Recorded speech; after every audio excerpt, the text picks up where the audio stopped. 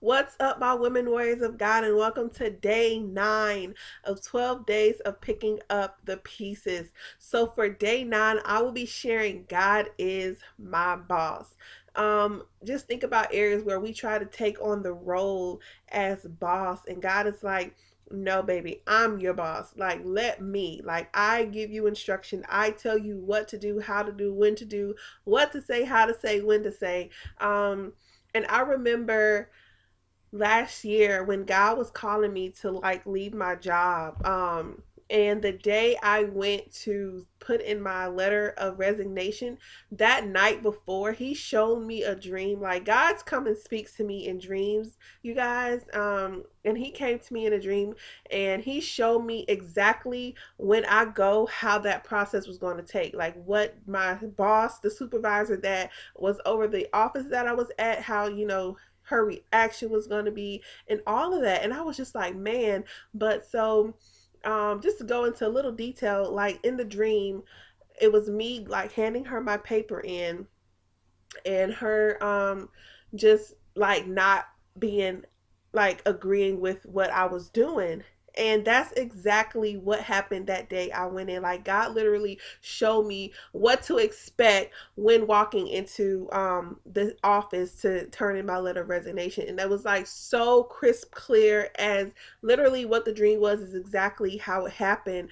And and I think that's what honestly led me to this. That's what led to God is my boss.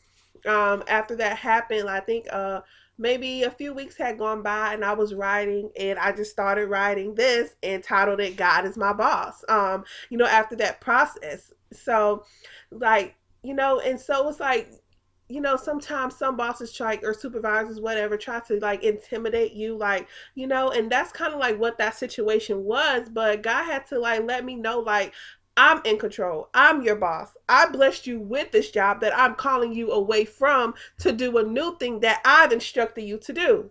So, like, I'm all up in the midst both ways. You know what I'm saying? So it's like, if for that, if that's for anybody, like if you're like in a situation like that where your boss tried to be your supervisor, manager, whatever, tries to intimidate you and your job, like, pray for them. Literally, I had to pray for her. Like, I didn't get mad, I wasn't moved. God already showed me what was what, and I just had to pray about it. Like, I had to pray for that person. Sometimes you don't want to pray for somebody, but that's the last thing the enemy expects you to do. If you're you're going through something with somebody, or whatever the situation may look, the last thing the enemy expects you to do is wanting to pray for that person.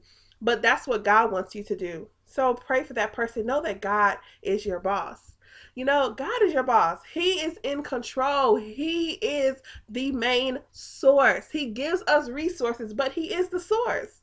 Like, can't nobody, man can't, and people, I can't stand people like that. Honestly, I can't. And that's just to be honest, like that thing, oh, they got the higher up on you. And before I used to bust my behind to make sure I kept a job, because I didn't know back then what I know now. You know what I'm saying? Like, I was still like, oh, I need this job. Like, I can't lose this job. Like, I need this. Like, I make sure that I busted my tail, that I did right. I was respectful, even if always be respectful, period. But still, like, that was just me, like the mindset of, oh my, I have to make sure I do everything right because I don't want to get fired. Like, I don't want to lose this. Like, I don't want to get fired. Like, holding on to that thing and idolizing it, man, talk about that. You don't never want to idolize something. And sometimes God will call you away from something because you idolize that thing, and now you think your identity is found in that. But our identity is found in God, and we should never get to a point of idolizing a thing. You know what I'm saying? Like, that thing having such a strong hold over us, so much power, so much control over how we move. Like, God is in control. God is our boss. So that's what I'm just going to share about today. And the scripture is Matthew 6:33 through 34. But seek first his kingdom and his righteousness, and all these things will be given to you as well. Therefore, do not worry about tomorrow, for tomorrow will worry about itself. Each day has enough trouble of its own. I remember a point in time where I worried about the thoughts of others and would people please. Yeah, that was a point in time, but that is no more. I am now living a life that is only pleasing to God. God is my supplier of all of my needs. What has this world supplied that is exceedingly abundantly above all? No need to think about, no need to try and think about that one. Man is not bigger than my God. Man doesn't determine whether I have breath in my body each day. Man doesn't love unconditionally. Man doesn't pay the bills when I have more bills than paycheck. Man doesn't, well, you get it by now, I'm sure. If not, let me continue to tell you how great my God is. He is Alpha and Omega. He is the creator of all things. His love is overwhelming, never ending, the realest, sweetest thing I have ever known. God's love is so real that even when we don't have our eyes on him, he still continues to show up. He knows the depths of our hearts and loves us no less. I don't know about you, but that's the kind of love I don't ever want to let go of. God allows us to go through things so we can grow through them. God's love is so real. He has us patiently waiting on him, but while in the waiting, he is still working and is up to something new. He knows our needs and wants before we even think of them. He knows the number of strands of hairs on our heads. God calls us out the deepest parts of the ocean and is there every step of the way guiding us. We have to keep our eyes on him. He does things in our lives at times that doesn't always make sense right then and there, but once he allows it to make sense, he brings revelation on why. Man, you will never understand how much he truly loves you, and our love for him grows, excuse me, you will never understand how much he truly loves you, and our love for him continues to grow deeper and stronger. The walk with God is not always easy, but it's worth every step.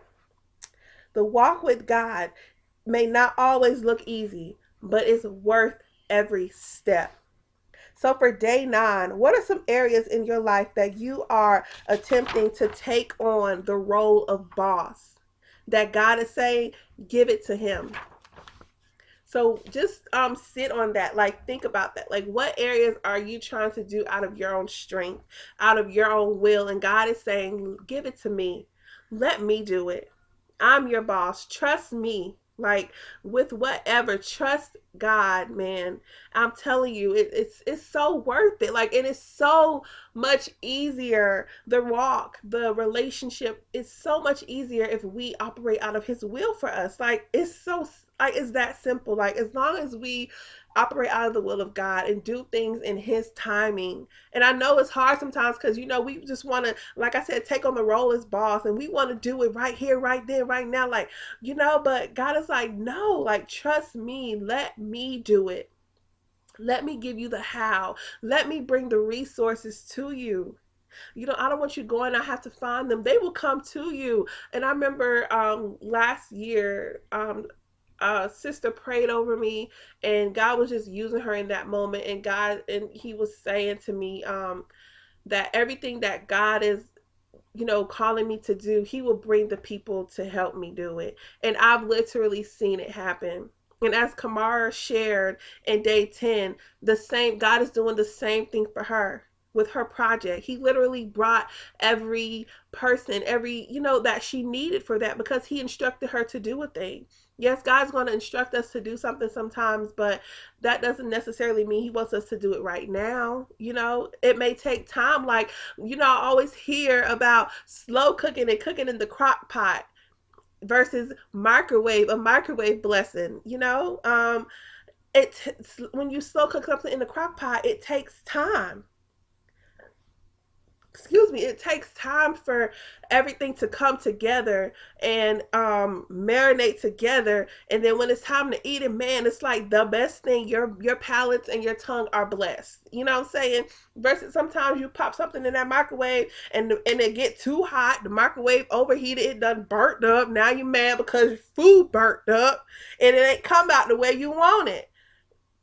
I mean, like that's that's so funny, but like that's how it is. Like we have to allow God to. We have to be the crock pots. Like allow God to take his time with us, man, and like like really sit with him, like marinate in the word, like rest in his presence. Like don't try to do it so much and you burn yourself out. Don't be that burnt up piece of pizza roll in the microwave oven that you overheated and that you burnt up, or the what a piece of pizza, whatever that looks like, man. Don't be that. Like allow God to be the boss. So like I said, for day 9, just take time and for the activity for day 9, and think about the areas or area of your life that you're trying to play the role boss in, and God is like, give that to me. I pray this bless you all. I love you guys. And I will see you guys on day 10. We have 3 more days to go. And I'm just so grateful for all God has been doing throughout these days. Remember that we are women warriors of God.